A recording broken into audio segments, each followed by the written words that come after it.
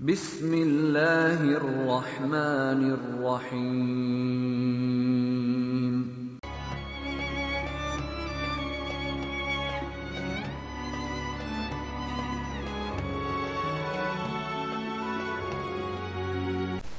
چار رجب کو چونکہ سلاطین اربعہ کا عرس مبارک ہوتا ہے، خواجہ عبدالرحیم، خواجہ عبدالرشید، خواجہ عبدالکریم، خواجہ عبدالرحیم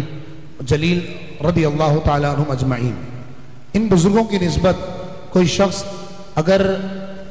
4 رجب شریف کو 11 مرتبہ درود پاک پڑھے، کوئی سا بھی درود پاک پڑھے،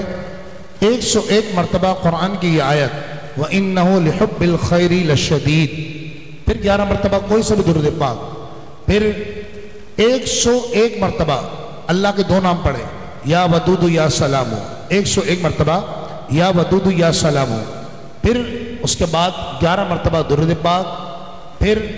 1000 مرتبہ یا مقلب القلوب والابصار، کیا پڑھنا ہے؟ یا مقلب القلوب والابصار، مل کے پڑھ لیجئے، یا مقلب القلوب والابصار،